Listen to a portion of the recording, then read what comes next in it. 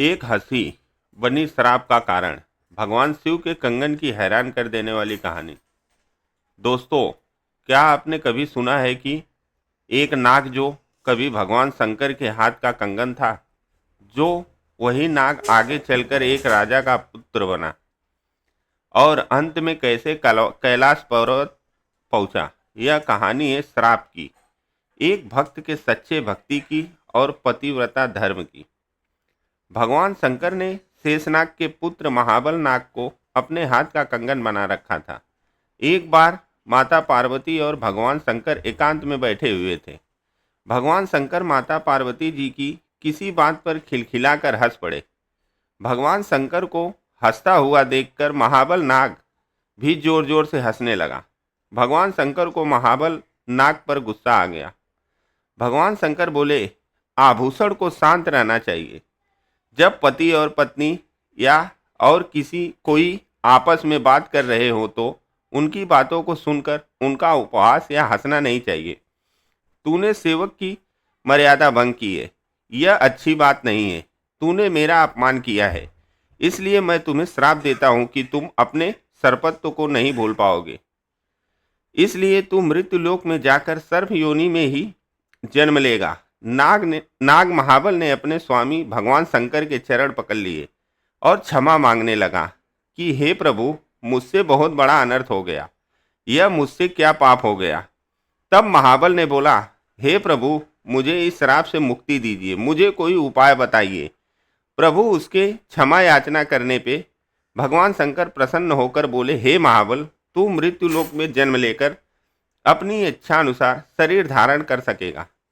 वह शरीर कैसा भी हो, इंसान, जानवर, स्त्री, कोई भी रूप हो। भविष्य में तेरी पत्नी भगवती भी तेरे साथ पृथ्वीलोक में जन्म लेगी।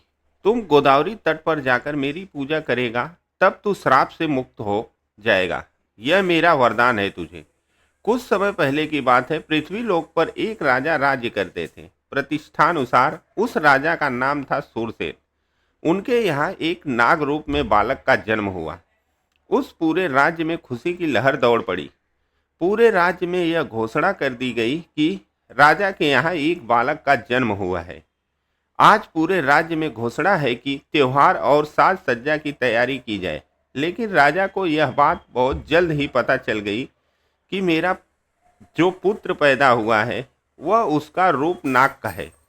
राजा और रानी बहुत दुखी हुए, लेकिन उनको आश्चर्य तब हुआ जब वह राजा रानी के सामने उनका पुत्र मनुष्य रूप में बोल पड़ा। उस नाग बालक ने अपने माता पिता को यह आश्वासन दिया कि यह मेरा रूप किसी को कभी पता नहीं चलेगा, मैं कोई भी रूप ले सकता हूँ। राजा और रानी को जब यह रहस्य पता चला तो उन्होंने यह रहस्य सबसे छुपा लिया। उन्होंने इसके बारे में किसी से कोई बात नहीं की। राजा ने अपने पुत्र का नाम नागेश्वर रखा।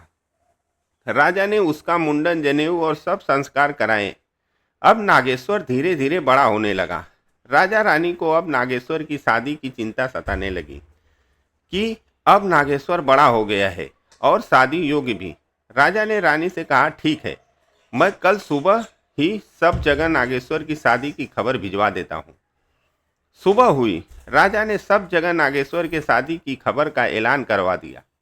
नागेश्वर के शादी के चर्चे पूरे गांव, शहर, राज्य हर जगह होने लगे और कुछ दिनों के बाद नागेश्वर के लिए रिश्ता आया बंग राज्य से।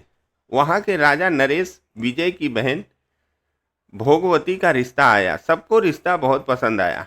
पूरे रीति रिवाज द्वारा उनका विवाह हुआ। सब लोग बहुत खुश थे। भोगवती अपने ससुराल आ गई। धीरे धीरे भोगवती को नागेश्वर के रहस्य का पता चल गया कि नागेश्वर सर्प है जो अपनी इच्छा अनुसार रूप बदल लेता है।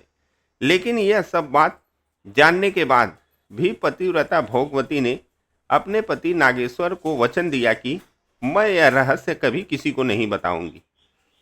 भोगवती के इस सच्चे प्रेम और पतिव्रत धर्म से नागेश्वर को अपना पिछला जन्म याद आ गया और भगवान शंकर का दिया हुआ श्राप और श्राप से मुक्ति का मार्ग भी याद आ गया।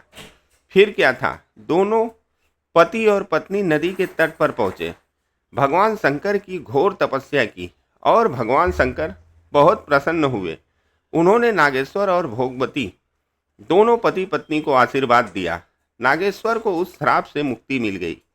फिर नागेश्वर और भोगवती दोनों दिव्य रूप में कैलाशपुरी धाम पहुंच गए। महाबल फिर से भगवान शंकर का नाग बना, जहां एक हंसी श्राप का कारण बन गई।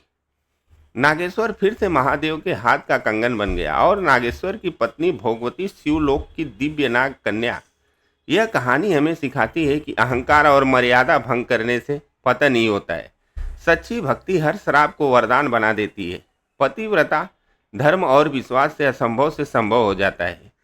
इसलिए कहते हैं ना, भगवान शंकर की शरण में जाने वाला कभी खाली हाथ नहीं आता। और आपको यह कहानी पसंद आई हो तो वीडियो को लाइक करें और कमेंट में हर हर महादेव लिखना न भूलें।